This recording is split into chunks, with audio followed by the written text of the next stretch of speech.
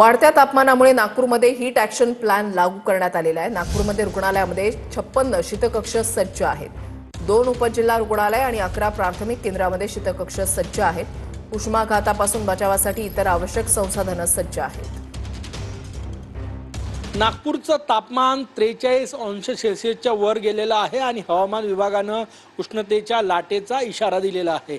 या पार्श्वभूमीवर उष्माघाताचा धोका लक्षात घेता नागपूर जिल्हा परिषदेचे प्राथमिक आरोग्य केंद्र आणि नागपूर महानगरपालिकेच्या आरोग्य केंद्रांमध्ये आपण बघू शकतो अशा प्रकारे कोल्ड वॉर्ड जे आहे ते सज्ज करण्यात आलेले आहे। या कोल्ड वॉर्डमध्ये इमर्जन्सी सर्व्हिसेस मध्ये जे उष्माघाताचे रुग्ण दाखल होतात त्यांच्यावर उपचार करण्यासाठी हे शीतवाड जे आहे ते सज्ज करण्यात आलेले आहे। यामध्ये कूलरची व्यवस्था आहे, काही ठिकाणी हाय स्पीड कूलर्स आहे, AC लावलेले आहे, त्यासोबतच स्पंजिंगची व्यवस्था करण्यात आलेली आहे। कॅमेरामॅन सचिन सयामसह गजानन उमाटे, TV9 मराठी।